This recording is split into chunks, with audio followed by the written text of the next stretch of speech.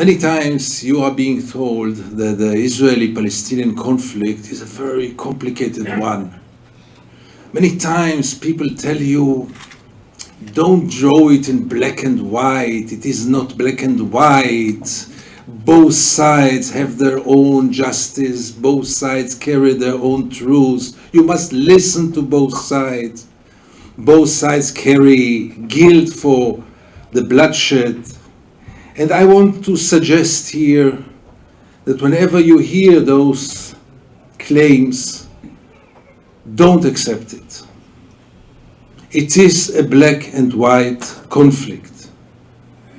Justice is very, very clear, and injustice is very, very clear. And all the rest are technicalities. I want to suggest you more than this. It's even not a conflict. Have you ever heard about the French-Algerian conflict? There was no French-Algerian conflict. There was a French occupation of Algeria. And when the occupation was ended, the conflict was ended. Nobody talked about very complicated conflict between Algeria and France. And same between Palestinians and Israelis. We are dealing basically with a black and white conflict. Yes, it's not oversimplification. You know, when someone steals your car and you want it back, the thief have no rights to start to put conditions for returning the car. Guarantee me that you'll treat me well after I return you the car. Guarantee me that you will be polite to me. Guarantee me that you will treat the car nicely. First of all, return the car, and then let's speak about our relationship, about justice, about peace, about whatever you want. But the car must be returned first, without any conditions. And the thief has no room for putting conditions to return the car. And the car was stolen. There's no doubts about this.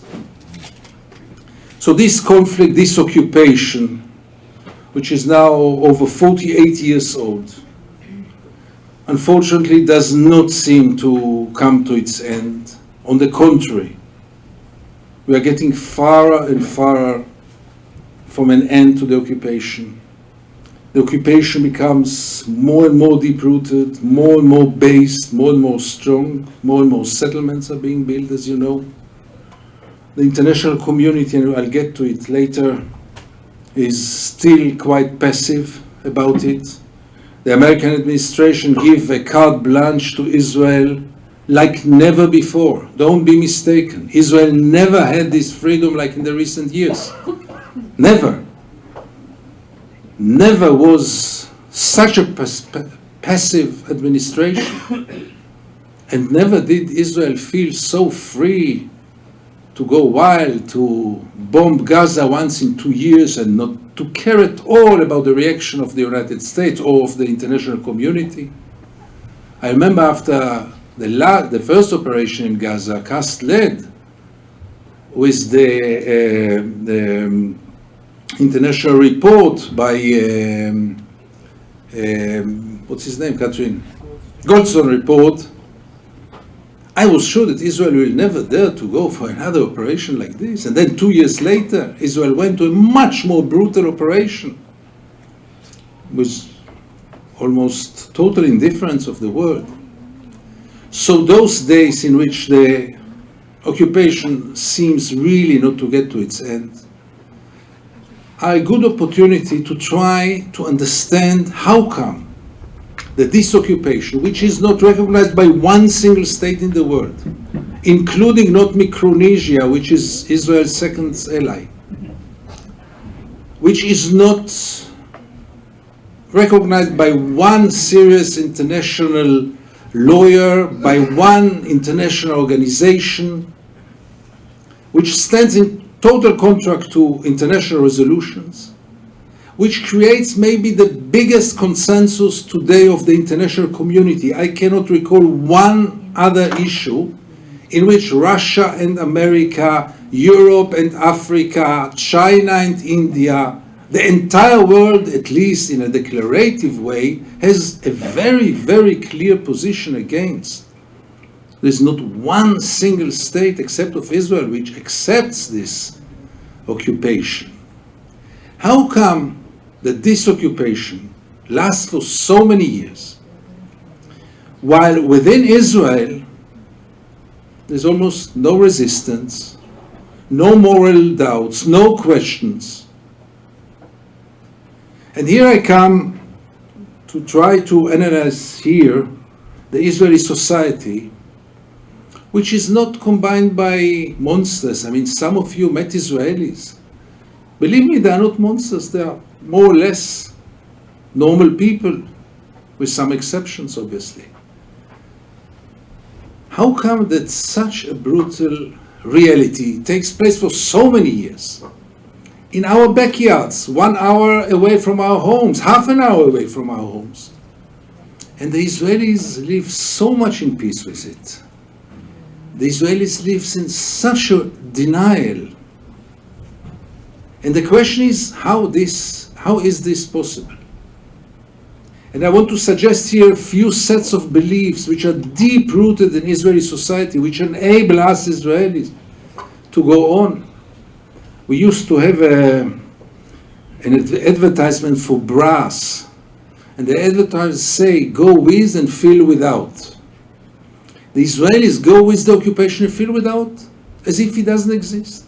The occupation is totally not on the table in the Israeli discourse. Nobody discusses it. Most of the Israelis, if not all of them, are deeply convinced that the IDF, the Israeli Defense Forces, is the most moral army in the world. From time to time, I try to suggest that maybe it's the second moral army in the world. Let's say the army of Luxembourg is the most moral army in the world, and the IDF is the second moral army in the world. You know, an army which killed 500 women and 500 children last summer in Gaza, maybe it's the second moral army in the world. Israelis will be deeply offended. How can you dare? And the question is, how can a people live with this brutal, unacceptable, illegal, criminal reality and feel so good about itself? And here, I want to suggest here a few beliefs, as I say, that accompany Israeli society and are very, very deep-rooted. And without them, nobody can really understand the Israeli way of thinking. The first very deep-rooted belief in Israeli society is the belief that we, the Jews, are the chosen people. Religious people for sure believe in it, but also the secular Israelis, which are still the majority. If you scratch under their skin, you will find a deep belief that we are the chosen people. That international law, which applies to the entire world, does not apply to Israel, because we are different, because we have special rights, because we are the chosen people. You don't have to phrase it in a biblical way, but the way of thinking is that many things which refer to any other place don't refer to us Israelis. Because we are the best, because we know better, and because we were the chosen people and we will be chosen by God and we carry it. The second very deeply rooted belief is that we, the Jews, are the biggest victims in history, but not only the biggest victims in history, but the only victims in history. And as the only victims in history, we have the right to do whatever we want. As the late Golda Meir, Prime Minister of Israel in the 70s, phrased it once, she said that after the Holocaust, the Jews have the right to do whatever they want.